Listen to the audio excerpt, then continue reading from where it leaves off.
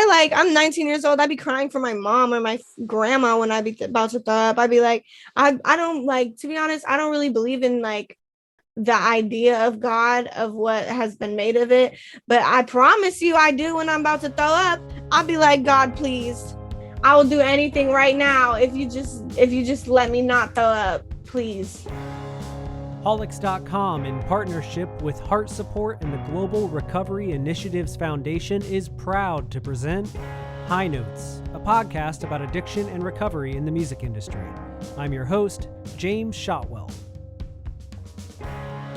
My guest this episode is ppcocaine, a 20-year-old rapper from Los Angeles who rose to fame on TikTok in the summer of 2020 before signing her first major label deal. For the purposes of this episode, I will be referring to ppcocaine as cocaine, and she will be telling me the story of a young woman raised on the West Coast who knew what she wanted out of life and went for it, regardless of the cost. But then, after experimenting with recreational drugs, she fell into a pattern of negative behaviors that would take nearly a year to break. Cocaine will tell us how the support of her loving partner helped her find the path to recovery, and how it couldn't have happened at a better point in her life. But before we get there, our conversation begins where every episode of High Notes begins, with me asking our guest of honor how long they've been sober. On May 30th, I wrote a contract with my girlfriend, NextYoungin, that we would not do drugs anymore. I'm going on 9 months sober. Out of all the episodes of High Notes we have released, this is the first time somebody has mentioned a contract when telling us about their decision to get sober. I had to know what was happening in Cocaine's life at this time, as well as in her relationship with NextYoungin. So I asked her to take me back to the months and years leading up to this point. What was happening in her life before she signed this contract, and how the contract even came together. About around the last month of like doing drugs, because I was doing like cocaine, Molly, Adderall, Percocets. I was obviously smoking weed. On the last month or so, like every time I was doing these drugs, I just wasn't like exactly getting high anymore. I would always end up like in the bathroom, like in the bathtub, literally like with no water, but just being in the bathtub because it was cold in there.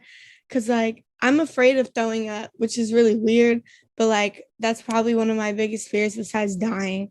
And so every time that I would do drugs, I would feel like I was gonna throw up. And like I read somewhere that if you're in cold temperatures, you're not gonna throw up. So me being a hypochondriac, I would sit myself in the bathtub and just stay there until the high was over because I did not want to throw up. Right before, like leading up to me being sick off drugs, I received this drug that in my head I thought was pink cocaine because that's what the person described it to me as. And I researched, and pink cocaine is an actual thing. So I thought that's what I thought the drug was. But it turned out it was just powder form of 2CB. And I snorted like 11 lines of like fat lines because I would do fat lines of cocaine. So I snorted like 11 lines of fat 2CB. And like for probably about 3 days, me and my girlfriend, because we did together, me and my girlfriend, we did not eat, we did not sleep. And we would try to smoke weed to like feel better and maybe gain an appetite, but nothing was working. It honestly felt like we overdosed, and we looked it up and we took the amount that you could take to overdose of 2CB. So I'm just really glad that I'm not dead. The drug cocaine is referring to here, 2CB, is a designer hallucinogenic drug similar to LSD or MDMA. The difference between what could be considered a safe dose of this drug and a lethal one is often less than a milligram. In other words, 2CB is a dangerous drug. But luckily, cocaine had someone in her corner looking out for her. Her partner, NextYoungin, was doing the drug with her, and it was actually NextYoungin who first thought the couple should get clean. Kane was the first person to say, maybe we should stop, because I think honestly, she was just really tired of seeing me in the bathroom instead of enjoying my high. So she really was just like, okay, no more drugs. I was like, okay. It was really like I didn't think twice about it because like I know Kane really has my best interests at heart. So when she suggests something, like it's pretty much like, okay, bet. That conversation with her partner changed everything because that was the first time in her life cocaine made the decision to get sober. No, I never tried to get sober like when I was doing drugs. Because to be honest, when I started doing drugs, it was just because I needed to stay up because I didn't have a place to live. So because I was working at the club and my grandparents did not want me working at the club. And they told me that if I quit my job at the club and go to college, I can move back in with them. But me being a stubborn 18-year-old, I was like, nope, I'm good. So I would like take a Molly right as the club was closing so I could just stay up and roam around for the hours being the club was closed. And then the club opened up at noon and I would be there at noon and then shower at the club and then take a little nap before I go downstairs. Fans of cocaine already know this part of her story. She's been very open about her journey in life since day one. But as this is High Notes and we welcome people from all over the world who enjoy all types of music, I asked if she would once again tell us her story, how she found herself using drugs in the first place, her life as a dancer, and everything in between. Okay, so I know which is kind of the regular the weed is like the norm for everybody. So I started smoking weed probably when I was like in my senior year or my junior year of high school. I started smoking wax pens and with my friends, and like then I moved on to weed because I hung out with this girl. It's always a girl that gets me into the jugs. Like I've never once like looked into a jug by myself. It's always a girl that's like, oh, let's try this or let's do this. I've never actually put myself onto a drug. And so that I was smoking weed with this girl, which is crazy because that girl turned out to be super bad news. And then I just did that until I met a new girl. And then the new girl was like, hey, have you ever tried ecstasy? And I was like, what? No. But I looked it up and looked at how it made you feel. And I was like, fuck it. And I really like this girl too. So I didn't want her to think I was a square. And so I was like, yeah, let's try it. So we got I got the hotel for the night. And then she gave me the ecstasy. And my first experience with ecstasy was absolutely terrible.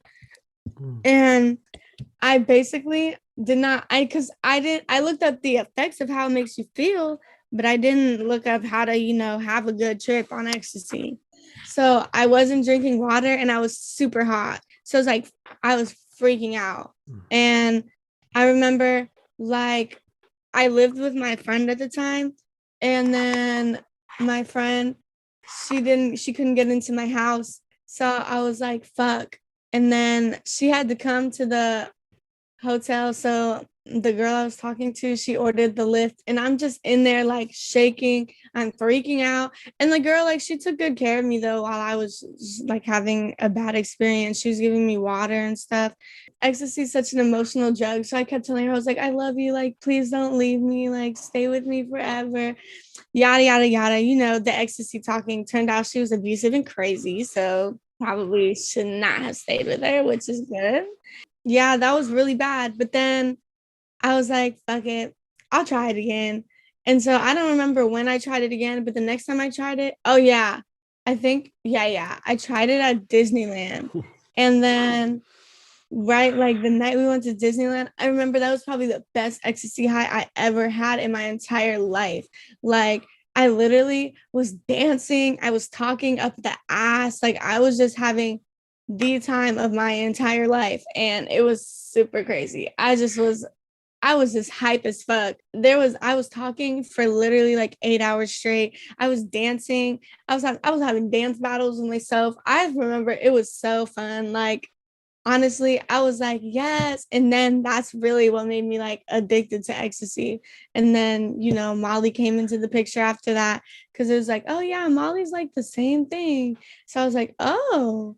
And then I did Adderalls, Percocets. I just wanted to try everything. I just didn't want to try like heroin or meth because that sounds scary, just the name of it, or crack. That shit sounds terrible. But I wanted to try every like fun party drug. So I was like, okay, well, I'm gonna try them all. Many recreational drug users will defend their decision to use drugs under the false notion that they are not doing the quote unquote bad ones. Maybe they have a hit of ecstasy every now and then, but they would never stick a needle in their arm, and therefore they cannot possibly have a problem. And like I've always like as a joke in my head, I've always thought about, oh, what if I did this? But I never actually would be like, no. Like if I ever actually came down to it. Also, I don't like needles. So any drug you have to input it like in a needle or any drug that looks like it's on a spoon. I'm like, oh no, that should just look crazy. It just doesn't look normal. It doesn't look like a good time. Yeah. And I used to watch this guy on YouTube. I don't remember what his name was, but he's bald and he just tries out the drugs for you and like you and films his whole like reaction. So that's really another thing on which drug I was gonna try. Like I would look at his reaction and I'd be like, okay, he didn't have a bad trip. I'm gonna do this drug. I find this part of cocaine's story to be absolutely fascinating.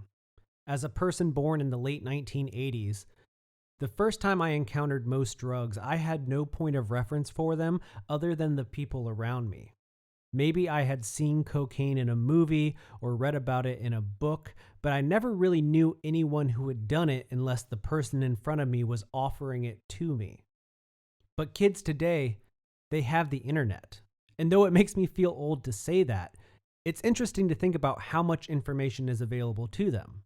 People can log on to a site like YouTube and watch countless individuals not only do hard drugs, but describe the experience in real time. And for cocaine, it was enough to get her started at a young age. 18. I did all the drugs that I really, the only drug I started doing underage was weed.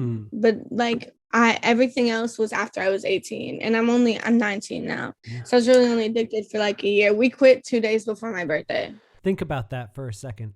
Everything that cocaine has told us and will tell us still takes place in about 2 years' time. There's sometimes where I miss certain drugs, like not really hard drugs like Molly, Adderall. There's no time where I really miss the pills type of drugs. But there are times where like I miss acid because every time I took acid, I would like learn something or I would like find something new. I almost opened my third eye on acid. Like there's definitely times where I think about it and I'm like, wow, I really miss that. Or like NOS, for example, nitrous oxide. I don't know if people really know what that is, but I'm not even gonna cap and I'm not trying to promo it in any type of way, but NOS was fun as fuck. Like NOS was amazing. I remember one time I was doing NOS and it's basically they put it in the balloon and you just inhale the balloon, like you're just inhaling that as your air. And like I remember the people I was doing it with, we had a song playing back to back, the same song for like 30 minutes and did not care. Like that's how NOS makes you feel. It's just, it makes you like fall. It's really laughing gas that the dentist give you. But I don't know, for some reason that was so fun. And I was addicted to that. And it's crazy because there was a time where the first time I did it, like something really bad happened to me. Like I basically got sexually assaulted while I was on the NOS.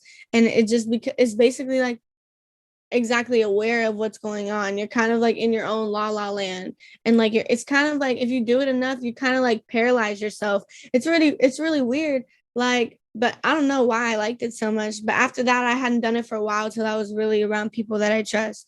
But like knowing myself and knowing like I just have an addiction tendency. Like my mom, she used to do a lot of drugs and like she did the bad ones, the scary ones. So I just know that in like my blood, I have like an addiction, like an addiction bloodline. Cause like my mom's birth mom, cause she was adopted, she was addicted to drugs too. And she ended up in jail. So I know that if I do something now, there's no way I would be able to do it and just do it for fun or do it for a one-time thing. So that's why I haven't gone back. Quitting and knowing that you need to quit are two different things. Cocaine and NextYoungin use the cold turkey approach to sobriety. Rather than attend meetings or wean themselves off drugs, they chose to quit and never look back, leaning on one another all the way. It still affects me today, but the first few weeks of stopping drugs, it was weird. When I went to bed, I would start getting like heat flash and feel like I'm gonna throw up, and like I would have to hold my heart to make sure that my heart was beating.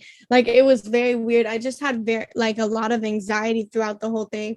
And like, I would just have to lay there on my back completely naked with the fan directly on me. It was just a terrible feeling. I would just it basically felt like I took some bad ecstasy for for probably like months after.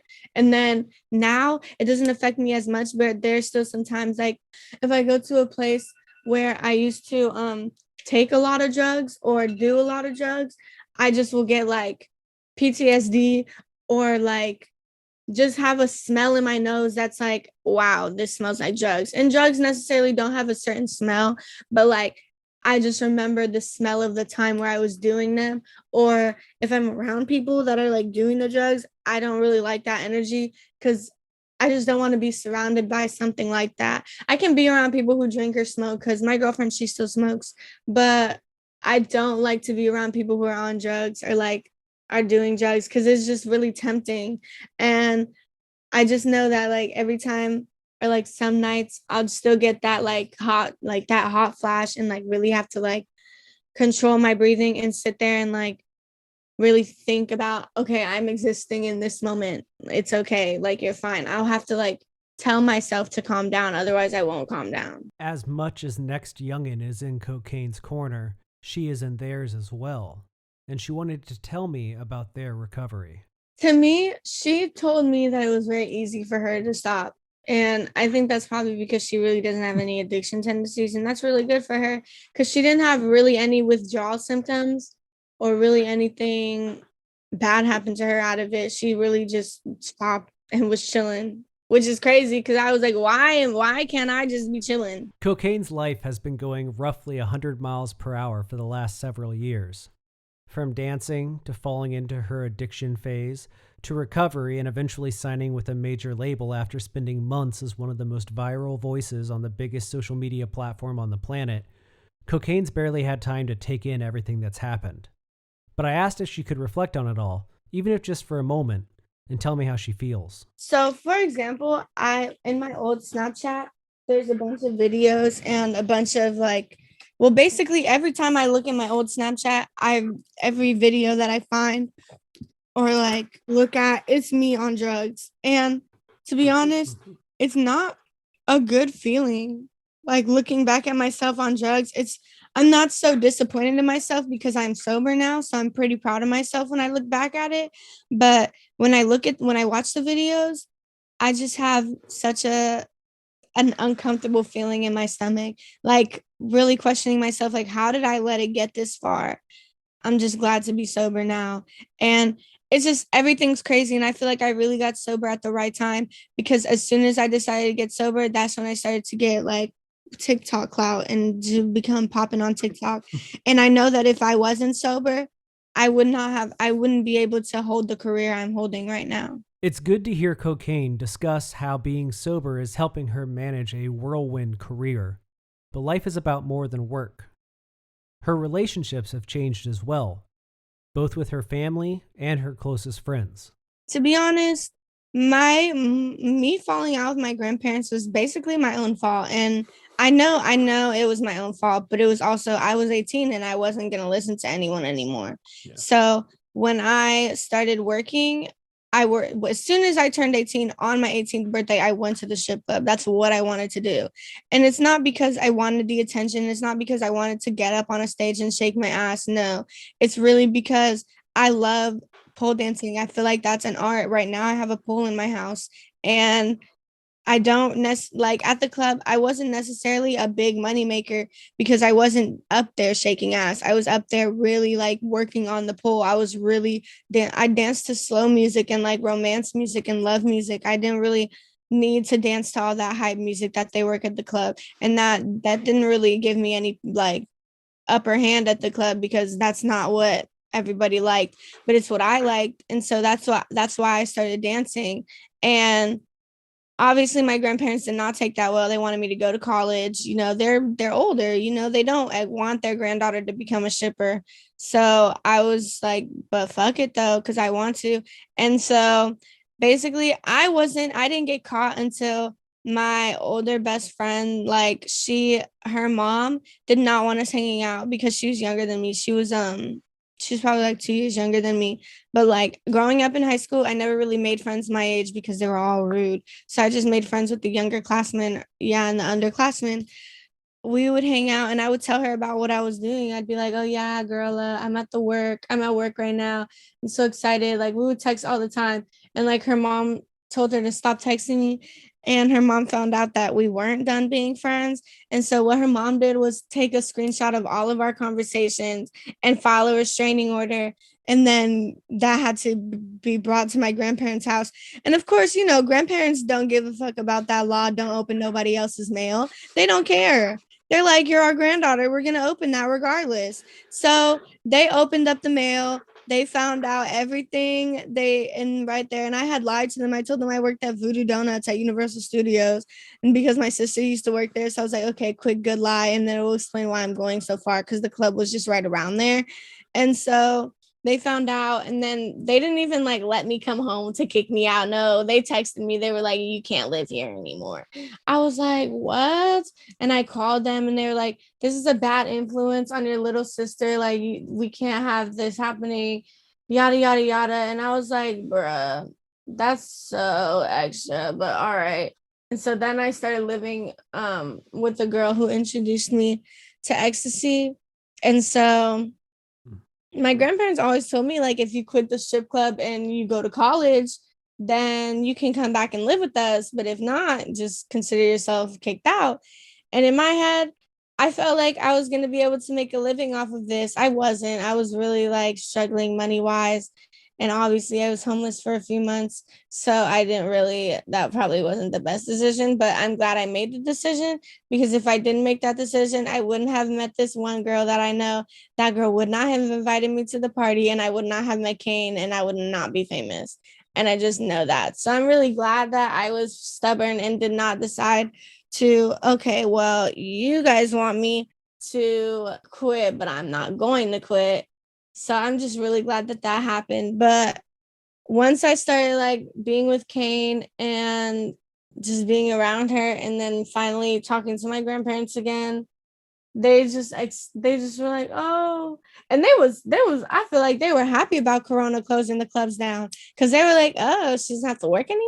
Bad. I feel like they were excited that the Corona like made all the live entertainment go down, but they're happy now because they're like, "Okay, well at least she's putting her brains to good work," and they're just proud of me for actually achieving my dreams. Because when I was younger, I told them I was gonna be famous. Like when I would be in arguments with them, I'd be like, "Well, I'm gonna be famous one day, so you're not gonna matter." And they're like, "Well, I'm glad that you finally achieved your dreams." So they're really proud of me for where I'm at now. And they know that I was doing drugs, but I'm sober now. So I'm just really our relationship is just as strong as it was before they kicked me out. Continuing with the theme of change, Cocaine and I discuss art. She began rapping a few months before she got sober, and her first singles were recorded while she was still on drugs. I wanted to know how sobriety had changed her, or if it had changed her, and the way that she creates music. I've always been pretty creative. Everything from the past I still love, but I definitely see improvement in my writing skills and what I'm able to accomplish. Like, I definitely see a difference because, for example, last night at the studio, I made a song that I never thought I would write, and it's kind of like an islandy vibe. And I don't know, it's really good. I really like it. And so I just know that if I was on drugs, I would be at the studio way less just because I would be doing drugs. And when I'm doing drugs, I like to be in my home. I don't like to be out because I have a lot of PTSD when it comes to going out and stuff on drugs. So it's like I prefer to stay in my house where I know I'm going to be safe and I know there's a bathtub nearby if anything. Being off the drugs, I've definitely made more hits and I've definitely been working harder and have had my head on straight. So I think that's great. Regular listeners of our show know that we inevitably ask each guest the last time they've had temptations or cravings. Cocaine has only been sober for about a year at this point, but she can clearly remember the last time that she felt tempted, or at least the last time she considered drugs? I don't remember how recent it was, but I just remember that I was having a conversation with someone and we were talking about acid. And I was like, oh yeah, I would so do that again. But just because I feel like acid really wasn't addicting for me. And I feel like every time, like I said, every time I do it, I learn something. So I just know that it was a conversation that I had with someone about acid. And I was like, damn, I kind of want to do that again. But I didn't end up doing it.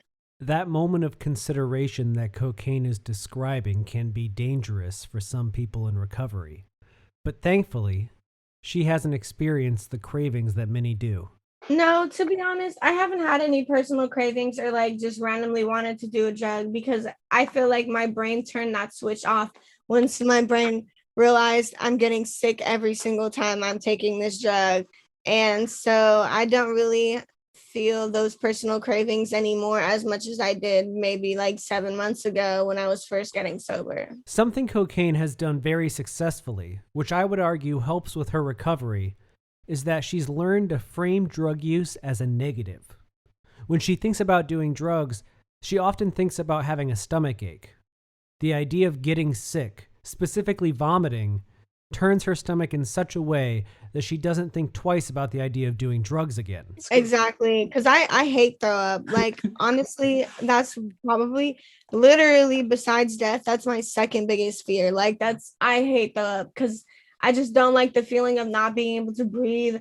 I don't like something coming out of my throat the way it shouldn't be coming out. It's just I'm very uncomfortable. I start crying. I start like screaming. I'm 19 years old. I'd be crying for my mom or my grandma when I'd be about to throw up. I'd be like, I don't like, to be honest, I don't really believe in like the idea of God, of what has been made of it. But I promise you I do when I'm about to throw up.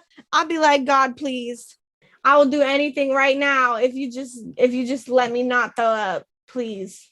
Like, I'll be begging everybody just to not throw up. I'll go on WikiHow, look up how to not throw up. It's the worst feeling. I will literally do everything in my power to not throw up. Throw up is literally the worst thing ever. It was incredibly hard to learn that my time with cocaine was coming to an end, but I couldn't let her go without asking her one last question. In the past year, she's ascended through the social and pop culture ranks. She's become one of the most easily recognizable faces of the latest breed of pop stars. And as she gets back out into the world, hopefully with more touring and recording, she will undoubtedly encounter fans who have heard her story. When that happens, and her fans ask her how they can lead better, hopefully healthier lives, this is what cocaine will suggest.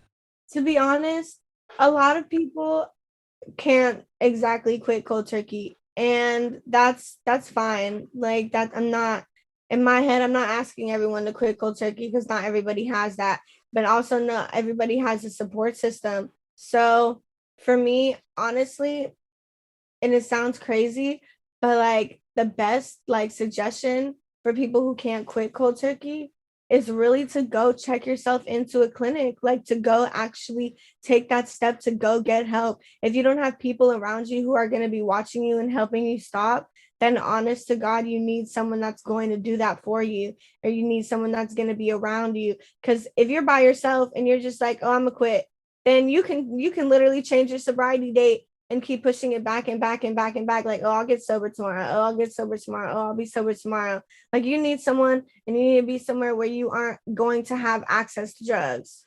If your addiction is that bad, you're going to need to be somewhere where you have no access to drugs. And another like suggestion is to really think about how much money are you spending on drugs? Like, how many times could you have bought food? How many times could you have spent that money on rent? How many times have you been looking for $1 and realized you spent it on drugs?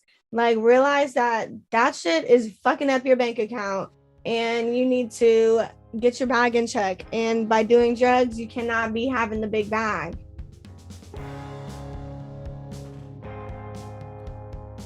I had a wonderful time talking to PP Cocaine. Her story is unlike any we've heard so far, and I really hope it inspires you to lead your life differently.